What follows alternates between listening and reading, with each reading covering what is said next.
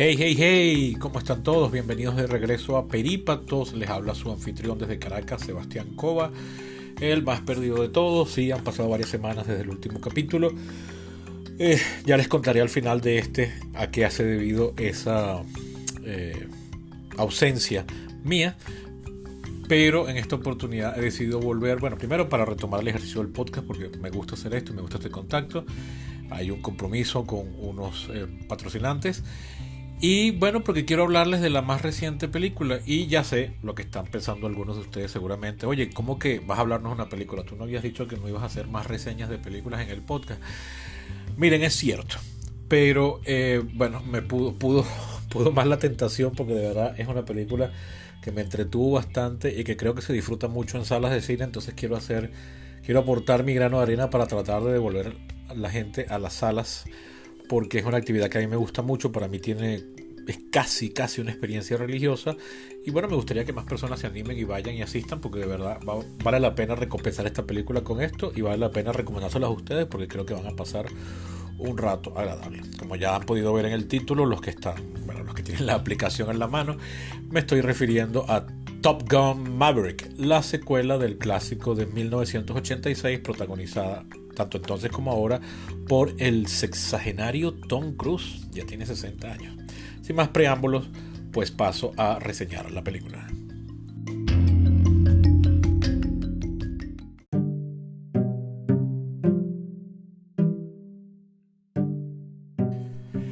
Bueno, como les decía, esta secuela está directamente conectada con la original de 1986, en aquel entonces dirigida por el ya tristemente fallecido Tony Scott, el hermano menor del famoso director inglés Ridley Scott. La película del 86 fue la más taquillera en aquel año, prácticamente catapultó la carrera de Tom Cruise, que ya venía en ascenso después de una serie de comedias y de algunos roles menores que habían causado muy buena impresión. También definitivamente solidificó la carrera de Tony Scott y fue un clásico. Yo la vi varias veces en la infancia y la adolescencia, y tan recientemente como el año pasado la volví a ver porque la tienen en Netflix aquí en Latinoamérica. Y de hecho la había visto también antes de eso por televisión por cable, no sé, hará como 3 o 4 años. La verdad es que la he visto bastantes veces, ¿no? Pues bien, esta nueva entrega está dirigida ahora por Joseph Kosinski.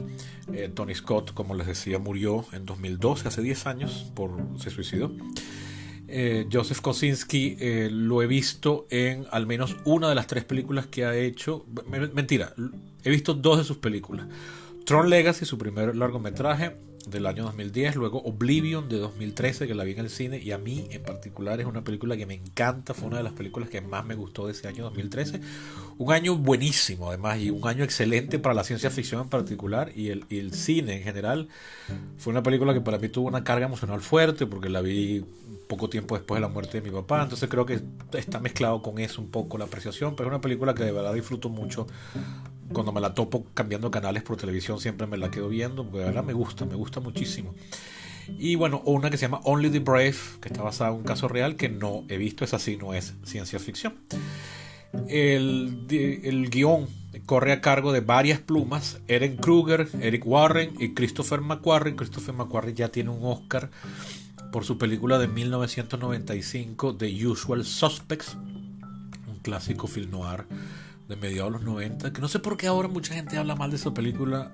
La verdad es que yo no he vuelto a verla desde que la vi por primera vez a finales de los 90, pero yo tengo un buen recuerdo de esa película. Eh, es buena, no sé por qué ahora hablan mal de ella. Tendré que volverla a ver si es que yo recuerdo algo mal.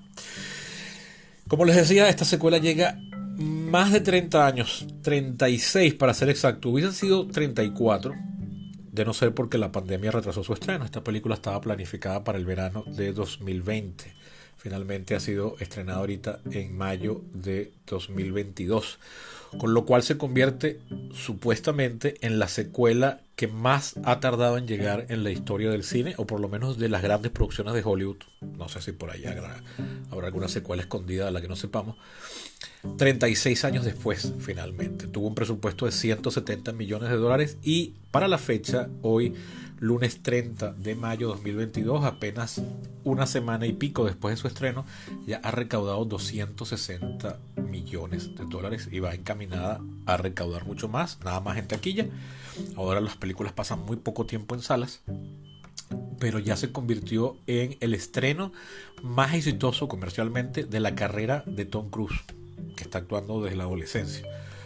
Bien por Tom Cruise, porque de verdad es una persona que se toma en serio todo, aunque sea cienciólogo, pero la verdad es que se lo toma en serio. Incluso sus ex esposas dicen que él sigue muy pendiente de sus hijos.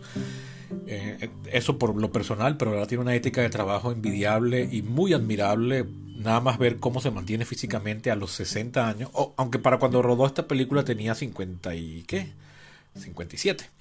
Pero igual impresionante, se ve mejor a sus 57 que yo cuando tenía 25 y ahora tengo 43. Bueno, Tom Cruise repite en el papel de Pete Mitchell Maverick, es su call sign, su call name. No sé, aparentemente es una costumbre que todos los pilotos tienen un nombre corto por el que se los llaman. Yo no sé si eso de verdad ocurre, pero bueno, en todas las películas sale y vamos a asumir que es verdad.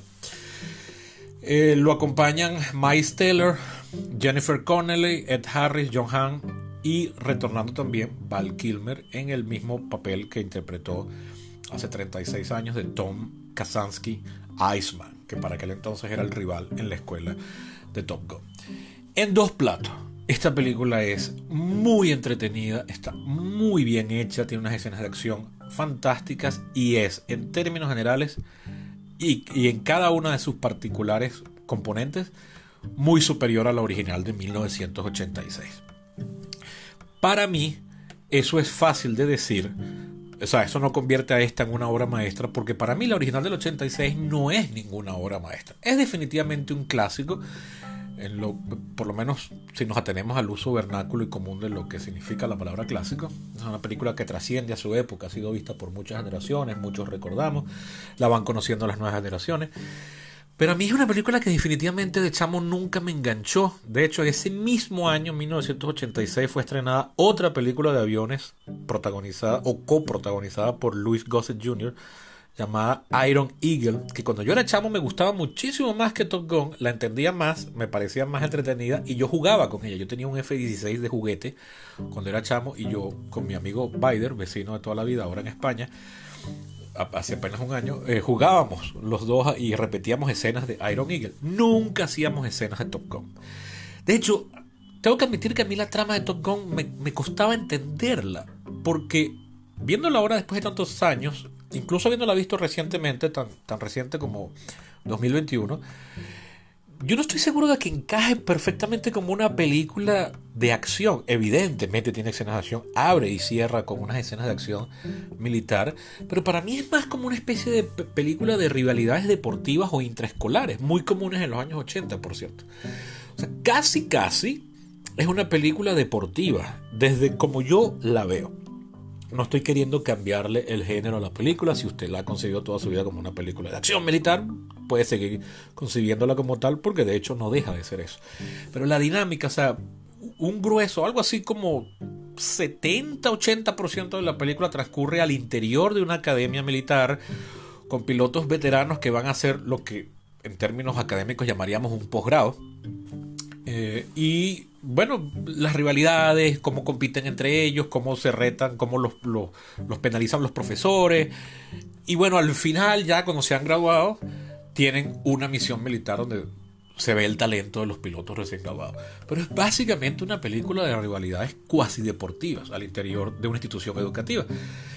En este caso, en la nueva versión, retomando ese espíritu, ahora sí es ya directamente una película de acción con una misión asignada desde el principio y toda la trama trabajando en función del cumplimiento de esa misión, que luego ocupa todo el último acto de la película. Con esto no estoy haciendo spoiler, o espero no hacerlo sentir que les he arruinado la trama. No estoy dando detalles, pero en este sentido la película hoy en día la actual, la versión moderna, corresponde más con el género al que uno toda la vida le ha atribuido a Top Gun. Top Gun es una película que visualmente tiene escenas de acción militar clásicas o de vuelos militares clásicas que son icónicas, que podrían estar entre las mejores escenas de combate aéreo de la historia del cine, pero pese a ello, es una película que a mí visualmente no me gusta mucho. Utiliza demasiado estos filtros que yo en mi cabeza asocio con esa cosa que en los 90 se puso de moda de ponerle a los carros un papel ahumado que era como el vidrio, el parabrisas, era el que tenía ahumada la mitad de arriba y a veces la mitad de abajo. Entonces la visión cambiaba de colores, o sea, veías azul arriba o como una especie de rojizo y abajo veías otro color. A mí eso nunca me gustó y la película tiene uso de filtros en todas las escenas o en casi todas las escenas y a mí particularmente nunca me enganchó y cuando la veo ahora de adulto ya con más criterio no me gusta definitivamente. La versión actual carece de eso. Ahora bien, centrándome en la película moderna, porque he estado dedicándole mucho espacio a la original, pero para hacer una comparación justa y porque al fin de cuentas es una secuela, esta película visualmente me parece impecable. Kosinski es un director que maneja el componente visual. Kosinski es formado originalmente como arquitecto, entonces quizás tenga ahí una concepción de la estética distinta definitivamente a la de un cineasta, pero que cuando se pone a trabajar como cineasta termina produciendo películas muy, muy bellas, porque todas sus películas son visualmente muy atractivas. Vean Oblivion. Hay gente que la aburre, pero a mí definitivamente Oblivion me encanta. Oblivion también tiene buenas escenas de acción en el aire. Tom Cruise es piloto en la vida real y bueno, se toma estas cosas en serio. Esta película es famosa por ser una típica producción de Tom Cruise. Tom Cruise desde 1996 cuando se convirtió en productor y ahora solamente hace películas que él decide producir. Es decir, los directores ahora son empleados de Tom Cruise y no al revés.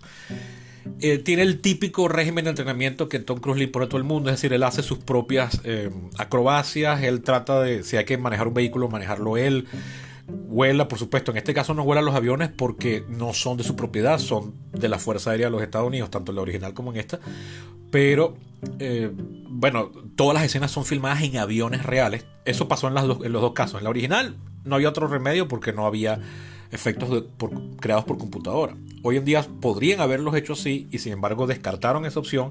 No quiere decir que la película no tenga efectos especiales computarizados para mejorar las escenas, pero todas las escenas con los aviones son de verdad filmadas en el aire.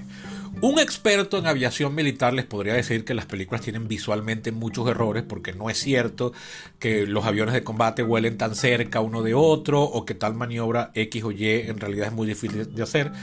Pero evidentemente esas son licencias creativas que se toma la película porque bueno, si tú necesitas mostrar que el avión está volando a combate acompañado de un wingman, si la distancia real entre un avión y otro, yo no sé cuántos metros, pero no te caben dentro del plano porque no hay cámara, no hay lente que recoja eso, evidentemente vas a tener que pegarlos y acercarlos más. Todos quisiéramos que se pareciera bastante a la realidad, pero no es posible. De todas maneras, eso son críticas menores y tontas y no hay forma de hacer una película entretenida, porque al fin de cuentas esto no es un documental ni una pieza educativa que contenga, que pueda tener ese nivel de realismo. Entonces, bueno, no importa al final, ¿no? Sin embargo, tengo que decirles que las escenas de acción de verdad son impresionantes. Literalmente me tuvieron al borde del asiento. O sea, en el acto final me tuve que acercar a la punta del asiento y casi que poner las manos encima del asiento de enfrente. No es una película profunda, no es una película que... No en el sentido de que no es una película intelectual, pero saben que hay muchas películas de acción que al mismo tiempo llaman a la reflexión profunda y nos dejan cabezón. Verbigracia, todas las películas de Christopher Nolan, por lo menos de Batman Begins para acá. Este no es el caso de Top Gun Maverick. Es una película de acción sencilla, más emotiva que intelectual. No pretende ser en ningún momento una película reflexiva ni que proponga una controvertida opinión sobre el rol de los Estados Unidos como potencia. No, nada de eso. Definitivamente no hay nada de eso. No le hace falta y menos mal que no lo tiene, porque es una película de sano entretenimiento que está muy bien hecha y vale la pena. Y además, desde el punto de vista intrafílmico, a mí me parece, y es lo que más quisiera destacar de la película, a mí me parece genial cómo, por más que yo les haya dicho al comienzo que la Top Gun original de 1986 si bien la he visto montones de veces y la recuerdo con cariño, no es, sin embargo, para mí una gran película. No deja de ser una película clásica, importante y paradigmática que todos tenemos como referente de alguna manera. De hecho, yo no he vuelto a ver Iron Eagle en quizás 30 años, pero sí he visto varias veces Top Gun y muy probablemente la inmensa mayoría de la gente que me está oyendo ahorita no tiene ni idea de qué coño es Iron Eagle ni de qué estoy hablando, ni siquiera de quién fue Louis Gossett Jr., quién es Louis Gossett Jr., pero de Tom Cruise, de Val Kilmer, de Top Gun sí han oído hablar aunque nunca las hayan visto. Entonces es una película referente que mucha gente aprecia, lo cual hace mucho más difícil el reto de hacer una película buena que se sostenga por sí misma, pero que al mismo tiempo esté conectada con lo original, que atraiga a las nuevas generaciones, que se adapte a los nuevos tiempos, pero que al mismo tiempo los que crecieron viendo la otra la vean conexiones y les interese la historia. Y que además no sea un simple entretenimiento vacío de acción donde al final de cuentas los personajes humanos son simplemente accesorios. El guión de esta película, en mi opinión, es perfecto en ese sentido. Porque sin dejar de ser una película de entretenimiento de palomitas, como dicen los españoles, que es el equivalente español a un blockbuster movie de verano, es una película con mucho sentimiento también. O sea, hay un drama humano de bajo impacto, de mecha lenta que va transcurriendo desde que la película comienza hasta que se acaba, que involucra el rol de Tom Cruise como piloto ya. De hecho, para la edad de Tom Cruise, ningún militar está activo. Aquí eso se obvia un poco, pero todo el mundo te hace sentir que definitivamente este tipo no es de esta época y que hace todavía teniendo el rango de capitán.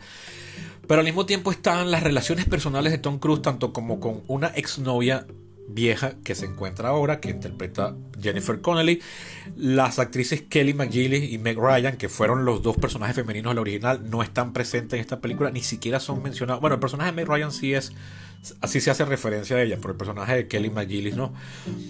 Pero no importan, definitivamente uno no los extraña y es impresionante eso, porque se comentó mucho cuando la película se estrenó que bueno, ¿y por qué no están Kelly McGillis ni Meg Ryan? Y ellas dicen, mira, a mí ni siquiera me llamaron, pero de verdad no hacen falta sus personajes. Y el personaje que interpreta Jennifer Connelly, que se llama Penny Benjamin, de verdad tiene, o sea, le da un valor humano a la historia, pero sin nunca robarle protagonismo a la misión que se está preparando. Y eso de verdad me parece muy bien logrado. Y también me parece muy bien logrado cómo la película es constantemente un recordatorio de la original, un sano tributo al original, pero al mismo tiempo cuenta una historia nueva. El personaje de Tom Cruise, el personaje de Maverick, es el protagonista, pero no es, la historia no está obsesivamente siguiéndolo todo el tiempo, y vemos los otros personajes, los que interpretan Miles Taylor o los que interpretan Glenn Powell, teniendo su propio protagonismo, teniendo su respectivo tiempo en pantalla para que su historia nos importe, nos parezca relevante y puedan hacer clic con quizás las nuevas generaciones o con personas que están cansadas de Tom Cruise, o simplemente puede que estemos todos encantados con la historia y con Tom Cruise, pero al ofrecer su respectivo tiempo en pantalla sin Tom Cruise hace que descansemos de Tom Cruise y nos interesen otros personajes y no tengamos una fijación con él todo el tiempo, al punto de que estemos todo el tiempo obsesionados de con cuáles personajes van a sobrevivir o no, porque se está preparando una misión de alto impacto muy peligrosa, que además la película es muy genial en nunca describir quién es el Estado o el enemigo con el que se van a enfrentar. Obviamente lo esconden porque estas películas hoy en día se ven, siempre han sido así, pero hoy como nunca se pretenden vender en todas partes del planeta y no puedes alienarte un mercado potencial muy importante como China, o como, bueno, Rusia, si no hubiese entrado en guerra con Ucrania, que ahorita está vetada de todo, pero para cuando la película se iba a estrenar originalmente eso no había pasado, poniendo a los rusos o a los chinos como malos, o a los árabes incluso, también como se estiló mucho en los años 80. Entonces la película nunca nos muestra cuál es el estado enemigo, sin embargo uno puede sospechar que son the usual suspects, o sea, bien podría ser China o Rusia, aunque esos no, porque tienen armas atómicas. Podría ser Corea del Norte, podría ser Irán, podría ser cualquiera de esos países que tengan montañas escarpadas, montañas nevadas, y eso incluye a los dos países que acabo de mencionar. China y Rusia también, pero China y Rusia ya tienen armas atómicas, así que en ese caso no importa. Pero igual, no lo revelan, y eso me parece que está además muy bien logrado. Y finalmente, incluso hasta en el aspecto musical, me pareció muy genial como constantemente está sonando el leitmotiv. Incluso suena Danger Zone, la canción que es el tema principal de la película original junto con Take My Breath Away, pero Danger Zone es el tema de acción de la película, que suena 3 veces en la película original. Aquí la película abre con esa, abre con una escena muy parecida a la escena con la que abre la película original, pero sin embargo es como un tributo que se acaba ahí y luego nos cuenta historias completamente nuevas. Pero constantemente nos están recordando la vieja. O sea, hay unas escenas en las que están jugando en la playa que recuerda muchísimo a la famosa escena aquella que ha disparado todo tipo de elucubraciones y teorías sobre homoerotismo encriptado, en la que en la original jugaban voleibol de playa, aquí están jugando fútbol americano de playa. La escena recuerda a aquella, pero es decididamente una escena nueva, que nos pone a pensar inmediatamente en la anterior, pero nos hace darnos cuenta que definitivamente no es lo mismo. Hay personajes que tienen rivalidades entre ellos que nos hace recordar a la rivalidad de los personajes de la original, pero que definitivamente aquí tiene una dinámica diferente y se termina desarrollando de una manera diferente, con lo cual produce una historia nueva. Ese balance que está logrado incluso hasta en la música, con un tema instrumental que va sonando todo el tiempo cada vez que los personajes entran en una nueva fase de complicación de su misión, es tan sutil pero al mismo tiempo tan evidente que no logro dejar de sorprenderme con lo bien balanceado que está este guión, sumado a buenas actuaciones, unas escenas de acción muy bien logradas, con un equilibrio perfecto entre efectos prácticos y efectos por computadora, que de verdad hacen de la película un muy buen film que se merece su lugar en la historia y que entra ya definitivamente en la categoría de secuelas que son mejor que la original, mucho mejores en este caso, y que de verdad debe ser seguido viendo a futuro, y que me gustaría que muchos de ustedes fueran a ver a pantalla grande para que la disfruten como está pensado. Así que bueno, pues como dirían Siskel and Ebert, mis 2 pulgares arriba, o como está de moda ahorita, le pongo un 8/10 o incluso un 9/10, podría ser. Me sentiría tentado a darle un 10/10, pero creo que es como mucho, ¿no? Porque eso se lo suelo reservar a películas que intelectualmente me estimulan bastante la historia. Y en este caso lo que me está estimulando intelectualmente muchísimo es los elementos exofílmicos que hacen del film una buena historia. Es decir, todo esto que he venido diciendo de equilibrio entre el legado, o sea, lo clásico, el tributo y las nuevas historias, los nuevos personajes y los viejos personajes, la música, el desarrollo visual. En todo caso, números o no números, pulgares o no pulgares, es un peliculón muy chévere, muy entretenido, que recomiendo encarecidamente, tanto como si vieron la original, como si no, como si simplemente les gusta el cine de entretenimiento y ver películas bien hechas. Así que, sin que me quede nada por dentro, les recomiendo Top Gun Maverick, ahorita en carteleras de cine. Y bueno, quizás ya muchos de ustedes no van al cine, la verán en streaming, se pierden de una buena película en pantalla grande, pero de todas maneras, aún así, si la ven ya en su casa después, si tienen la oportunidad, no dejen de verla, porque les garantizo que se van a entretener.